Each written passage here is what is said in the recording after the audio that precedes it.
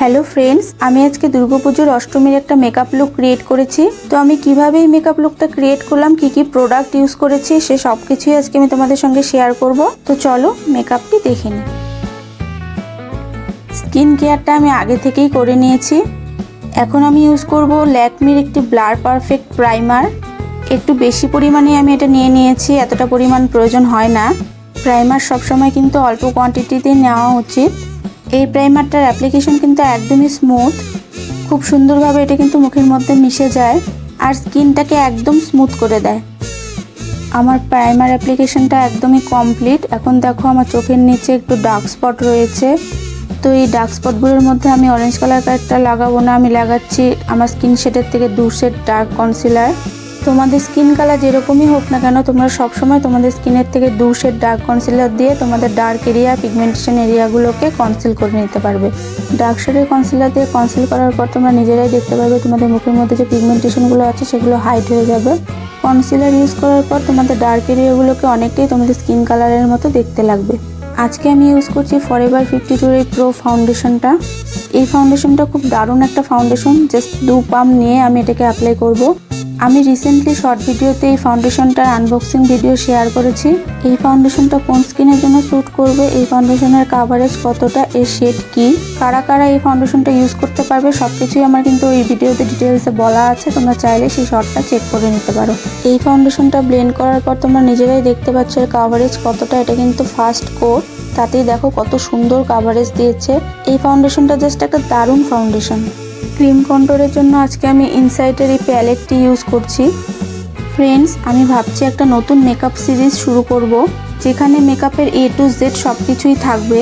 Blush, highlighter, control করার নিয়ম কি, ফেসের শেপ হিসাবে কিভাবে ব্লাশ, হাইলাইটার, কন্ট্রোল অ্যাপ্লাই করতে হয়, পাউডার কিভাবে অ্যাপ্লাই করতে হয়, লুজ পাউডার কখন ইউজ করবে, কম্প্যাক্ট পাউডার কখন ইউজ করবে, কোন স্কিনে কী ধরনের মেকআপ প্রোডাক্ট প্রয়োজন, স্কিন টোন অনুযায়ী কিভাবে মেকআপ করবে, ডার্ক স্কিনে কী কী প্রোডাক্ট ইউজ করবে, কী কী করা উচিত নয়, কখন হাইলাইটার ইউজ করা উচিত নয়, এই সমস্ত কিছু সম্পর্কে আমি যতটা জানি সবটাই তোমাদের সঙ্গে আমি শেয়ার করব।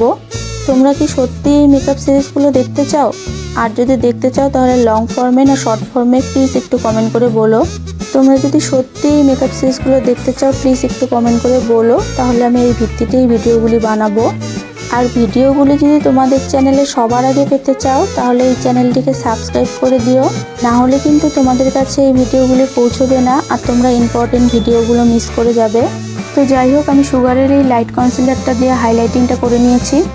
এখন একটি লুজ পাউডার দিয়ে আমি ভালো করে আমার ক্রিজ এরিয়াগুলোকে সেট করে নেব, যাতে আমার আন্ডার আইতে কোনো রকম ক্রিজ না পড়ে। দেখো এই লুজ পাউডারটা অ্যাপ্লাই করার পর আমার আন্ডার আই এরিয়াটা কতটা ব্রাইট হয়ে গেছে। যেখানে যেখানে আমার ঘাম হয় সেই সমস্ত জায়গাতেই আমি লুজ পাউডারটা অ্যাপ্লাই করে নেব।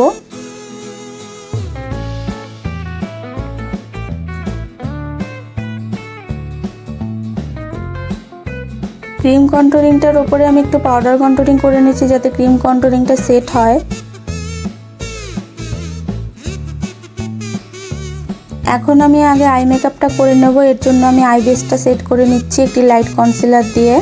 অনেকেরই আইব্রোর সামনের পর্শনে হেয়ার একদমই কম থাকে, তো তোমরা সব সময় আইব্রোর মিডিল পর্শন থেকে আইব্রো ফিল করা স্টার্ট করবে। এরপর ব্রাশের মধ্যে যেটুকু পাউডার থাকবে সেটুকু পাউডারই তোমরা ফ্রন্ট পর্শনে অ্যাপ্লাই করবে।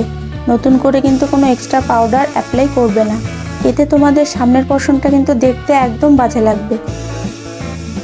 আমি আজকে black smoky I look create করব, এর সঙ্গে একটু শিমার অ্যাড করব। তো সেজন্য আমি সুগারের একটা ব্ল্যাক কাজল ইউজ করছি। তো এটা একটা স্মাচ প্রুফ কাজল।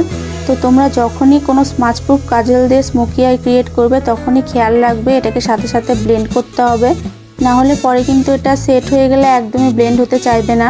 তো বেটার হবে একটা আইতে অ্যাপ্লাই করার পর সঙ্গে সঙ্গে তোমরা এটাকে ব্লেন্ড করে নেবে। ব্লেন্ড করার পর তোমাদের একটা ব্ল্যাক আইশ্যাডো নিয়ে এর উপরে অ্যাপ্লাই করতে হবে। এতে তোমাদের আইশ্যাডোর কালারটা আরও ডার্ক হয়ে যাবে আর স্মাচ করা কাজলটাও সেট হয়ে যাবে। এরপর একটা লাইট ব্রাউন কালার নিয়ে আমি ট্রানজিশন এরিয়াতে অ্যাপ্লাই করে নেব। লোয়ার ল্যাশে একটু কাজল অ্যাপ্লাই করে এটাকে স্মাচ করে নেব। সেন্টারে একটু গোল্ডেন শিমার অ্যাপ্লাই করে নিচ্ছি। যেহেতু আমার শাড়ির কালারটা রেড, সেজন্য আমি লোয়ার ল্যাশে একটু রেড কালার অ্যাপ্লাই করে নেব, এতে লুকটা আরও ভালো লাগবে। ইনার কর্নার এবং ব্রো বোনটাও একটু হাইলাইট করে নেব। আমার চোখগুলোকে একটু বড় দেখানোর জন্য একটা নিউড কাজল আমি আমার লোয়ার ল্যাশে অ্যাপ্লাই করে নিচ্ছি। মেবেলিনের এই ল্যাশ সেনসেশনাল মাস্কারাটা অ্যাপ্লাই করে নিচ্ছি।